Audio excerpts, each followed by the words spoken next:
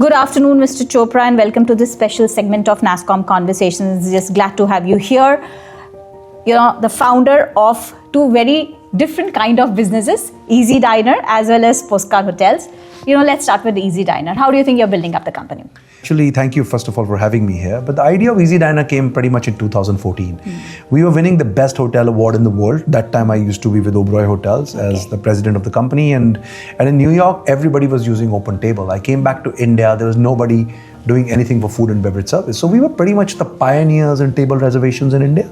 We started it. Now there are other people also coming in, but we've been doing this for 10 years really.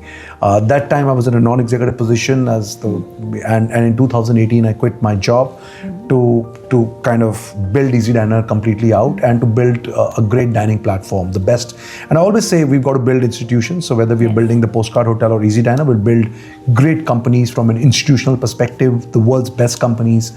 And so we've been building EazyDiner for 10 years. We've been profitable now for 10 quarters.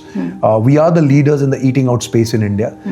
When you want food delivered at home, Zomato and Swiggy do a great job. I think when people want to eat out and make a table reservation, EazyDiner is the natural market leader. We have 22 strong bank partnerships.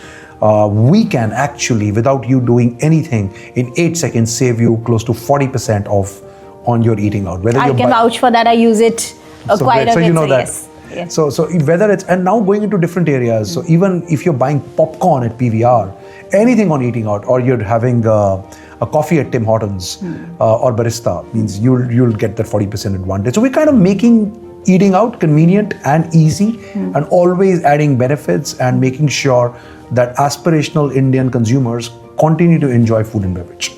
That's the idea of EazyDiner. From a hospitality sector to something that involves a lot of tech, how did that come to your mind? Yeah, the idea was that I was building for aspirational India. So if Indians are going to start eating out, please go to Europe, everybody's on cafes, having a cup of coffee, having a pizza. They're all on the streets, correct? In India, the weather may not be conducive, outdoor laws are not very conducive. So our point of view was, but if the population is younger, it's one of the youngest countries in the world, then people will eat out, people will celebrate. If people will eat out and celebrate, then why don't you do it? But it's taken a lot of time for validation. I remember a very prominent venture capitalist sending me a report. Actually, I can share. Rajan Anandan sent me a report by Goldman Sachs. And it said that, he said, I think Goldman Sachs only written for you. Because it said two great places are experiential luxury hotels, which is Postcard, and eating out. Oh, wow. And he's saying, I thought you were authoring this Goldman Sachs report. So Rajan sent it to me. And I said, no, but we started building EazyDiner in 2014. We started building the Postcard Hotel in 2018. We were very convinced. And then the idea of the Postcard Hotel was very different. The idea was that, look at what was happening globally. Aman Resorts, Six Senses, one and only. So Aman said design is everything. Six Senses said wellness is everything. One and only said lifestyle is everything. But what's the common criteria? They were all building world-class luxury hotels in resort locations, and all the founders lost control. Closer to home, we saw that Leela was taken over by Brookfield. So all the founders in luxury hotels were losing control. So we said, why don't? And when a company loses a founder's agenda, the company changes. That's what I believe. So we said, why don't we launch an absolutely great aspirational brand out of India for Indians? Just think about it, that India will be the 5th largest outbound market in the world. By 2027, not by 2040. I'm not giving you a 10-year target. I'm giving you a 2-year target. And where is that great Indian hotel in Paris, in Lisbon, in Barcelona, in Madrid, in Phuket, you come to Asia, in Tokyo, in Singapore? There's nothing. So the point was, why don't we build for a new wave of global Indians going out? And why don't we build in the country? Means where is there a great luxury hotel in the Northeast? We're the first ones who've opened it. Where is there a great luxury hotel in Gir? Means people used to ask me, are there lions in India? I said, yeah, there are 1,000. Yeah, not one. There are 1,000 lions sitting in Gujarat, in Gir.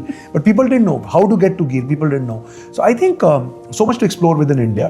Where is there so we've got the best tea hotel in the world now in the Postcard in the Dharan Tea State in Assam. We want to do the best coffee hotel in India. Yeah, so much coffee production happens out of India. Which is the best coffee hotel in India? Everybody's struggling. Yeah. Yes. Why don't we do a great wine hotels in the vineyards in Nashik? So the point is, build your country out with super exceptional hotels. Now think about it. If we are going to keep on doing this cookie cutter hotels, 300 rooms made for weddings, you're sitting in Dallas, you come out of your house, you see all these cookie cutter hotels, and why are you going to fly all the way intercontinental to India in a 20-hour flight?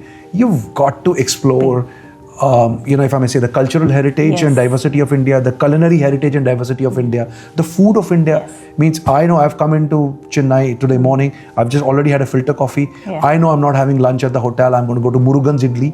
Okay, so that's the culinary diversity of this absolutely amazing country. Experiencing experiences is exactly what you're trying to do. And building for aspirational India. So one is a tech-enabled building for aspirational India. So a lot of AI. I know, so your app looks different to my app because you eat differently and I eat differently. Both of us will be sitting in the same room. So that's very high-powered tech at EazyDiner. At Postcard, it is more high touch point. I need to figure out what you need, but I need to use tech, which we've learned from EazyDiner, to kind of make your experience better without you ever seeing or experiencing the tech. So low tech that at the Postcard Hotel, there are no clocks in any public area. So you can't see the time because we're saying you're on a holiday. Why do you need to keep on checking your clock? Haven't you done that all your life? Yes. Yeah. So both these places, if I may ask you, what are the one or two leadership lessons that you feel? The customer comes first. So I, believe that customer centricity is the reason for building a great company. So even at EazyDiner today, and we seat over 1 lakh diners a day. So 1 lakh people eat out on EazyDiner every single day and more on weekends. But if you really look at it, if you ever tag me on Twitter on EazyDiner, I'll always respond to you personally. Wow. You tag me, I'll talk to you. Wow. Or somebody from EazyDiner will immediately call you or whatever, saying, tell us, what is it? So I think it's the level of organization you build. So customer centricity has to be at the core of whatever you build. I think that's one very important thing. And at the Postcard Hotel, I tell them that nobody should leave happy at the hotel. They should leave delighted.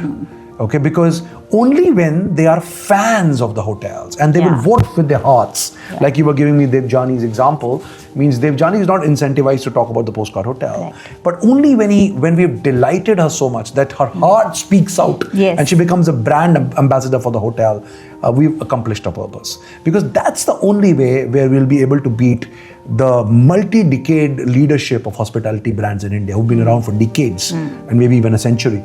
So we have to be better than them. We have to build better than them. So we don't have to make customers happy. We have to absolutely delight them. No, so one thing I can definitely make out is passion definitely has to be there. I just ask you one last question, which is, looking ahead, what excites you more? Tech-driven decision making, EazyDiner sort of a thing, or something which you just mentioned, that a completely relaxed way of having fun in a hotel in one side of a country. I always say this. I'm having a ball of a time actually. I'm absolutely loving it. So like for example, today is both EazyDiner and Postcard in the first part of this meeting. We will now go and see a seaside resort in Chennai because we believe the Postcard hospitality needs to come to cities. So I'm going for that. So that's totally Postcard. In the evening, I'm meeting a very prominent bank for EazyDiner. Okay, and then we take the 10 p.m. flight. So we started from a house today morning at Delhi at 5 a.m. By the time we reach home, it'll be 2 a.m. because 10 o'clock, 1 o'clock landing, whatever, by 2 a.m. So it's a 22-hour day for us, but we're absolutely loving it. So I think both of them excite me a lot. I absolutely love, it's like, two children. Wow, we've heard this left brain, right brain sort of a theory, but I think it all comes together, when you're doing an exciting business with passion. Thank you so much, Mr. Chopra. It was such a pleasure.